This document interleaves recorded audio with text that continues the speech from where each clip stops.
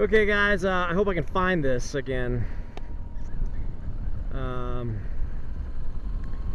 But I'm going to take you by my old high school. This is it's the town that I grew up in, so we're going to cruise past the old Springville High School. Our mascot was the Red Devil, which was the topic of much controversy within the community about whether or not it was making children evil. A lot has changed in the years since I've been here. I don't think that building was there.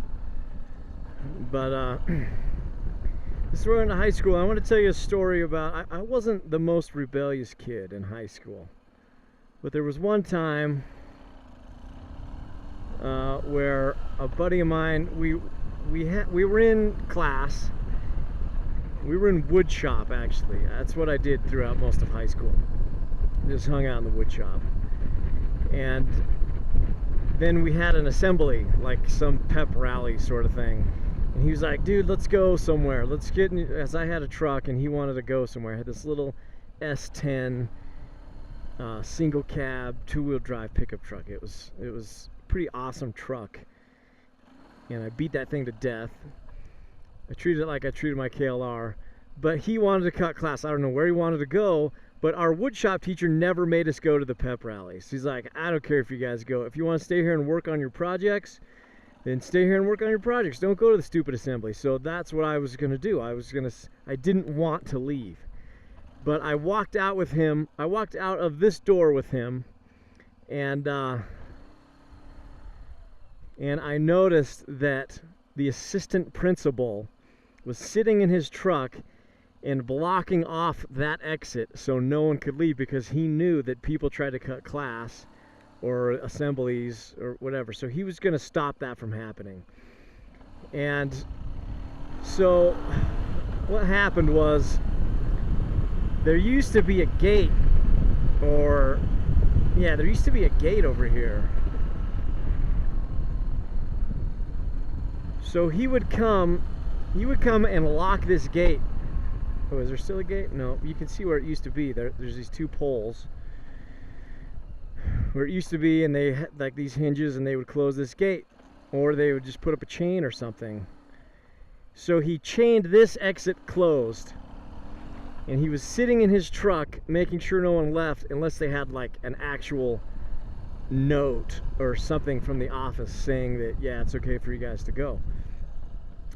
But when I came out of this door, I saw him sitting there in his truck, attempting to keep me at school, which I wanted to do anyways, but just knowing that he was trying to force me to stay there pissed me off. And I said, all right. And then my friend's like, oh, well, crap, I guess we can't go anyways. And I said, no, we're going. It pissed me off so bad. He was trying to force me to stay at school. Screw this guy. Even though I wanted to stay at school, being forced to do it, I was like, no, we're out of here. So we went and sat in the truck. He's like, what are we going to do? I said, I don't know. I'll figure something out. So we got in the truck and we cruised. I was parked over here somewhere. We cruised this way. We came around this corner, and let's see here. What did we do?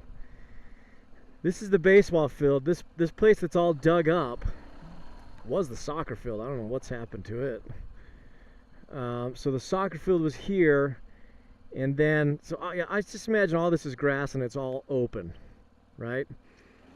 So that was our way out, I decided. And I remember we were back here. I remember we came in my little two-wheel drive pickup truck, and we were hopping the curb right here, and I was like about to chicken out. I was like, no way, we're gonna get busted. We're right, you know, where everyone could see us. And I looked over at this window, and a teacher looked out the window, and her jaw dropped. And I didn't know her. I didn't have a class with her or anything. She didn't recognize me. But I was like, oh crap! I just floored it, and we just cruised down this hill. And then I think this was closed off. There's like a fence down here, and so this building wasn't there, so we cruised back up the hill, like way out into so I could get some speed.